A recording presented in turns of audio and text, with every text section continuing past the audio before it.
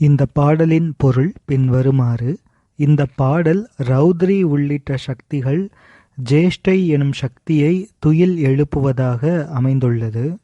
இந்த பாடலில் எழுப்ப வந்த பெண்கள் உள்ளே உறங்கிக் கொண்டிருக்கும் பெண்ணை பார்த்து தாயே என்று அழைக்கின்றனர். தாயே, உன்னிடம் நல்ல குணங்கள் மட்டும்தானே இருக்கும், இந்த தீய இயல்புகளும் கூட உன்னிடம் இருக்கின்றனவா? இன்னும் தூங்கிக் கொண்டிருக்கின்றாயே?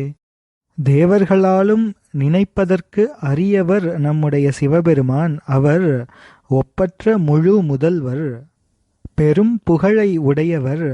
இறைவன் அவருடைய இறைமை குணங்களினால் பொருள் சேர் புகழை உடையவர்.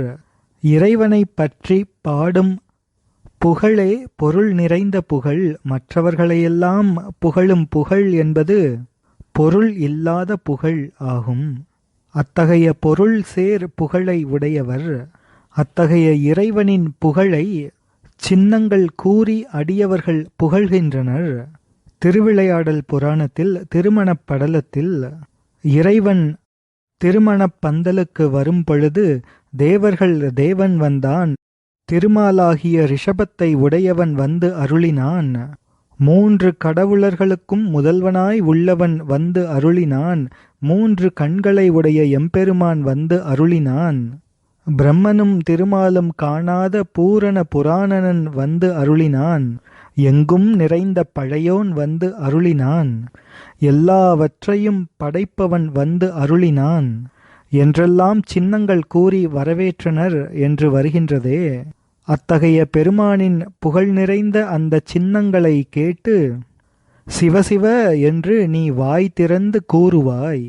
மேலும் இறைவனின் திருவுருவங்களின் செம்மை தரும் அடையாளங்களாகிய தோடுடைய செவியன், விடை ஏறுபவன், தூவெண் மதியினை சூடியிருப்பவன், காடுடைய சுடலை பொடி பூசியிருப்பவன், குனித்த புருவம் உடையவன், கொவ்வை செவ்வாயில் குமின் சிரிப்பு உடையவன், பனித்த சடை முடியினை உடையவன், பவளம் போல மேனி உடையவன், அதில் பால் வெண்ணீரு பூசியவன் என்றெல்லாம் இறைவனை புகழ்ந்து பாடும் சின்னங்களை கேட்டவுடன் நீ கசிந்து உருகுவாயே.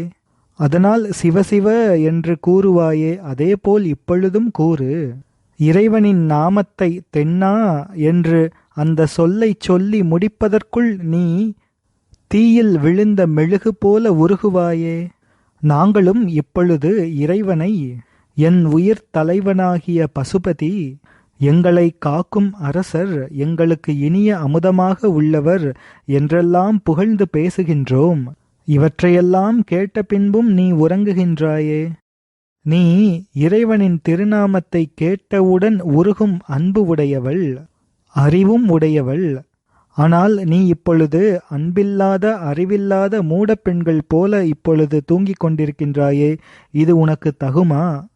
இது உன்னுடைய தன்மை அல்லவே. இது உன்னுடைய தூக்கத்தின் சிறப்புதானோ என்னவோ? சீக்கிரம் வந்து கதவை திற, எங்களோடு சேர்ந்து கொள் என்று எழுப்புகின்றார்கள். இதனை கேட்டு இந்த பெண்ணும் எழுந்து வந்து இவர்களோடு சேர்ந்து கொண்டு இனி அடுத்த பாடலில் அடுத்த பெண்ணை எழுப்புகின்றார்கள். திருச்சிற்றம்பலம்.